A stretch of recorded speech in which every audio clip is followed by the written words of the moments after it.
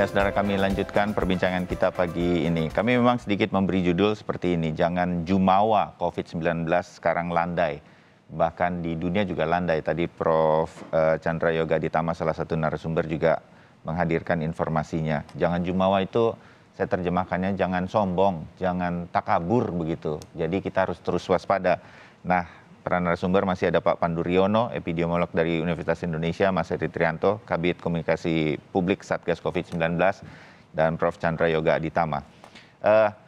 Saya ke Mas Heri. Mas Heri, saya sekarang fokus kewaspadaan kita semua. Ini pemirsa Sapa Indonesia semua yang mendengarkan, kalau Anda mau mudik, tolong bantu semua. Kita ini kepingin bahwa pandemi ini segera jadi endemi. Salah satu tolok ukurnya menurut saya nih, dugaan saya, adalah setelah arus mudik, arus balik Lebaran kali ini, bagaimana situasinya, lonjakannya tinggi atau tidak, dan lain-lain. Nah, ayo kita bantu ini semua dari upaya-upaya pemerintah. Mas Heri, oke, sekarang longgar, nggak seperti 2 tahun lalu begitu. Di mana itu titik-titiknya ada pengawasan protokol kesehatan. Orang bisa harus menunjukkan, ini kayaknya kurang nih sosialisasinya, menunjukkan peduli lindunginya seperti apa. Kalau sekarang kan sudah mulai ada arus mudik, masih cukup terjaga begitu di stasiun kereta api, di bandara terutama, nanti mulai kendaraan pribadi. Nah, itu bagaimana tuh titik-titik itu sehingga bisa dengan lancar tapi tetap disiplin terjaga untuk menunjukkan bahwa oh, saya sudah vaksin 3 kali, oh, saya sudah vaksin 2 kali, dan ini hasil tes saya antigen dan lain-lain. Nah, saya harapkan ini bisa terus terjadi sebagai bagian dari kita melaksanakan kedisiplinan kita, kewaspadaan kita untuk protokol kesehatan di saat mudik. Ini nanti akan diterapkan. Mas Heri, bagaimana itu akan terjadi? Ya, kalau titik-titik keberangkatan di fasilitas publik ya, angkutan publik seperti bandara, kemudian terminal, kemudian stasiun, pelabuhan, itu proses screeningnya dilakukan sejak sebelum para pemudik itu memasuki ruang tunggu. Ya, terbayang. Di mana memang sudah ada surat edarannya yang kemarin juga di adendum ya. Ya.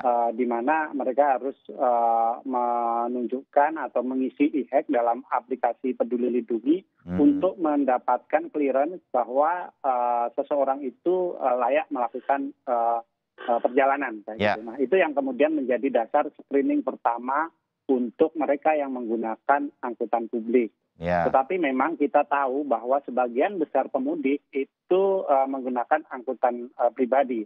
Presiden menyampaikan ada 23 juta mobil dan 17 juta sepeda motor perkiraannya. Ini adalah jumlah yang sangat luar biasa kayak gitu ya, sangat besar dan kita tahu betapa crowded-nya nanti saat-saat mudik itu.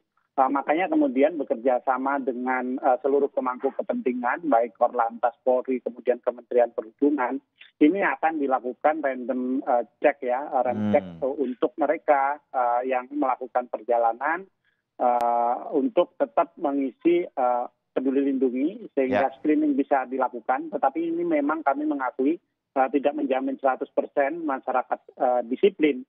Tetapi rasanya kita tetap harus memiliki sebuah mekanisme yang bisa kita pertanggungjawabkan dan kemudian bisa memudahkan kita melakukan penelusuran jika terjadi penularan, minimal seperti itu. Dan rasanya sih masyarakat dalam 2 tahun sekarang ini mereka harus menyadari bahwa mereka ini adalah subjek dari perang melawan pandemi ini.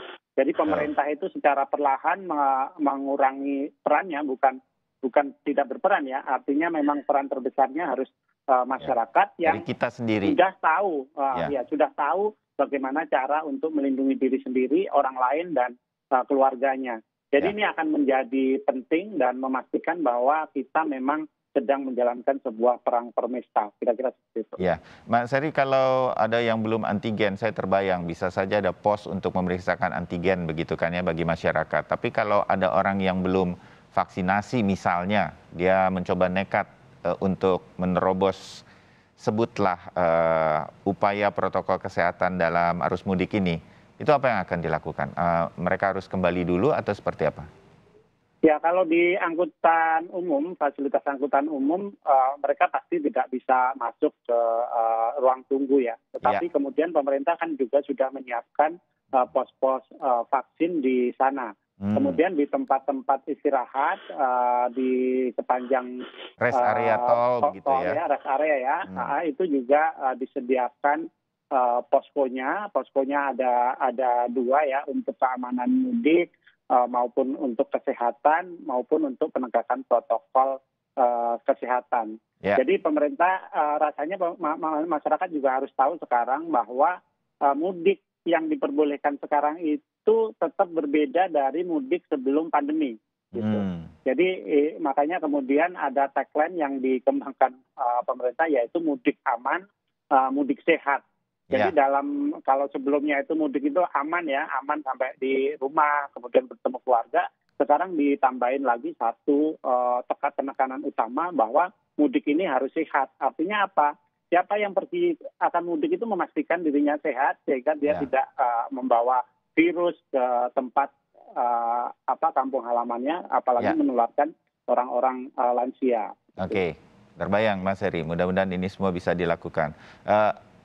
Pak Pandu, saya tahu Anda juga akan terlibat nanti di dalam upaya untuk menjaga protokol kesehatan ini. Tapi adakah yang kemudian yang sekarang mungkin belum didengar oleh pemerintah, menurut Pak Pandu ini harus dijalankan? Apa kesiapan-kesiapan yang harus dilakukan di daerah misalnya, fasilitas kesehatan di daerah? Kan nanti warga diminta untuk pulang atau mudiknya lebih cepat, berarti kan dia akan lebih lama di kampung halamannya. Bagaimana fasilitas kesehatan mengantisipasi ini? Itu sudah dilakukan juga belum, Pak Pandu? Apa lagi yang harus dilengkapi? Iya, saya kira tadi reminder oleh Pak Chandra bahwa pelayanan kesehatan itu harus siap, terutama pelayanan kesehatan yang sepanjang perjalanan mudik gitu. Biasanya puskesmas, rumah sakit itu harus siap siaga. Ada satgas atau posko-posko mudik gitu. Ini saya kira bagian dari rutin yang harus kita siapkan. Ya. Kemudian juga tadi edukasi ke masyarakat itu penting. Jadi kalau memang sakit, kalau memang tidak sempat mudik atau ada kondisi yang belum memungkinkan mudik, walaupun sekarang sudah diizinkan, jangan dipaksakan, ya kan? Itu akan menambah beban baru. Kedua, bahwa tagline daripada edukasi yang saya dan teman-teman mempersiapkan dari bagian gerakan pakai masker adalah memakai masker dan booster. Jadi itu menjadi ingat bahwa kita sebelum mudik harus mempersiapkan itu. Dan ketiga adalah bahwa bahwa karena akan ada lonjakan perjalanan penduduk yang mudik, janganlah pergi saat bersamaan. Jadi mengatur jadwal perjalanan dengan baik, menghindari kerumunan yang tidak perlu, itu juga harus tetap dipertahankan. Jadi tema Kompas TV Jangan Jumawa adalah juga menunjukkan bahwa kita sama-sama menjaga bahwa walaupun mudik ini sudah diizinkan, tetapi pandemi belum selesai. Penularan masih ada. Walaupun kita sudah dibekali dengan imunitas yang cukup tinggi, imunitas tidak cukup atau tidak bisa mencegah penularan. Ya, mungkin ada sebagian yang akan terjadi kenaikan kasus, tetapi dampak terhadap hospitalisasi dan kematian kita harapkan tidak perlu terjadi kenaikan yang berarti. Ya, oke. Nah, Prof. Chandra, saya kepingin Anda juga menyoroti pernyataan-pernyataan dari pejabat publik kita. Maksudnya sih menurut saya ini adalah mengimbau, mengingatkan kita semua warga yang akan mudik begitu. Waktu bulan puasa kemarin dari MUI kalau saya tidak salah, koreksi juga saya, misalnya mengatakan buka puasa bersama dibolehkan tetapi tidak boleh ngobrol. Belum lama Presiden juga menyatakan kalau halal bihalal, kalau bisa tidak makan dan minum, maksudnya mungkin di tempat sedemikian rupa.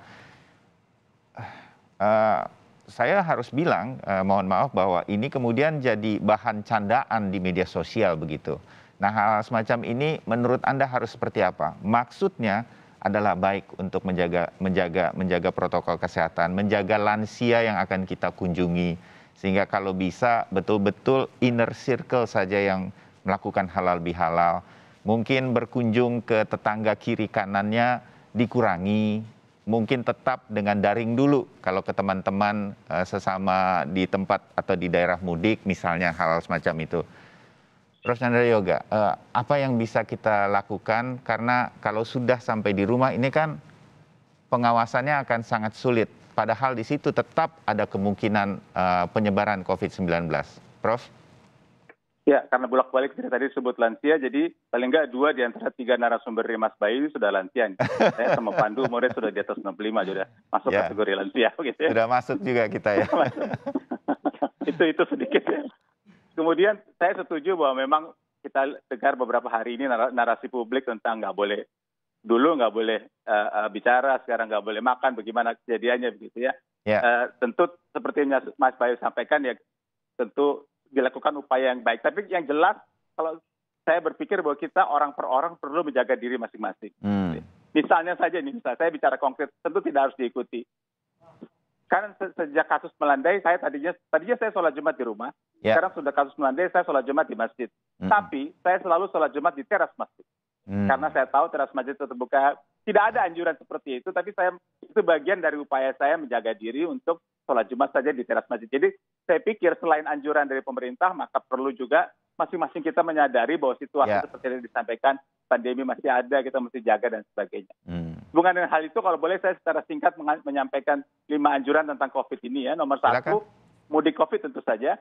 Nomor 1 tentu saja harus booster. Semua sepakat bahwa booster itu sangat diperlukan, jadi booster harus dilakukan. Bukan karena perintah dari Satgas, bukan karena instruksi menteri, tapi untuk melindungi diri kita, untuk melindungi keluarga kita. Jadi lihatnya dari situ kalau saya. Itu 1. Yang kedua, soal pakai masker dan cuci tangan itu ada COVID atau tidak ada COVID, apalagi sekarang masih ada COVID, harus kita jaga dengan ketat, pakai masker dan cuci tangan yang teratur. Yang ketiga yang banyak dibicarakan adalah tentang kerumunan.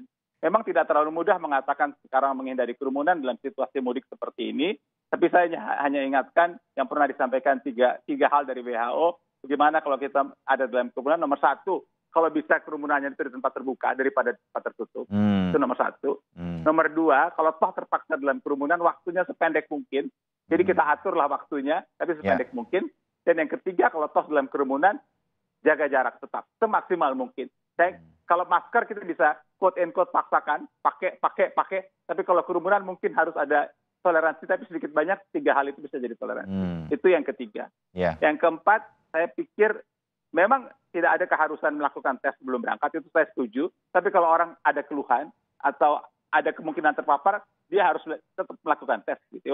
Baik di sini maupun di kampung halaman. Jadi tes itu bukan berarti tidak usah dilakukan sebagai syarat, iya. Tapi kalau ada kecurigaan, silakan lakukan tes. Gitu. Dan yang kelima tentu saja, mudah-mudahan jangan ada yang sakit cukup banyak. Tapi kalau ada yang sakit, dia ada fasilitas untuk melakukan pengobatan di kampung halamannya.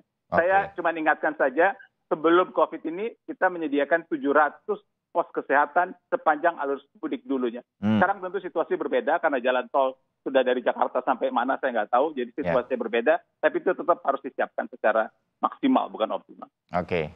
Menarik masukan-masukan dari Prof. Chandra. Mudah-mudahan ini menjadi ingatan kita semua. Saya terbatas waktu, singkat, Mas Heri, mungkin imbauan lagi, mengingatkan kita yang akan mudik dengan situasi yang agak longgar ini, tetapi protokol kesehatan harus tetap kita jaga.